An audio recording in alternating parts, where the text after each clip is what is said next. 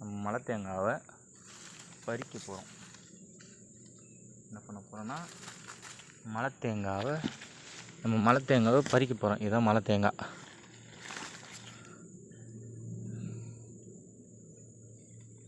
மலை தேங்காவை பறிச்சிட்டோம். இப்போ இந்த தேங்காவை உடைக்க போகிறோம். உடச்சி உள்ளே எப்படி இருக்குன்னு பார்க்கலாமா? இந்த காயை நான் தேங்காய் உடைக்கிறோம்.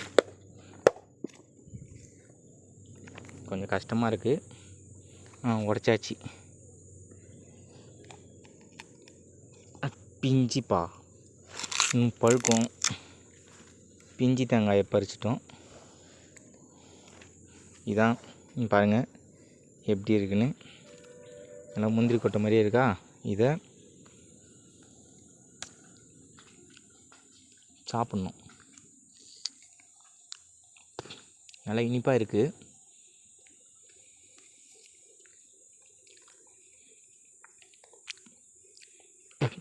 நல்லா இனிப்பாக இருக்குது.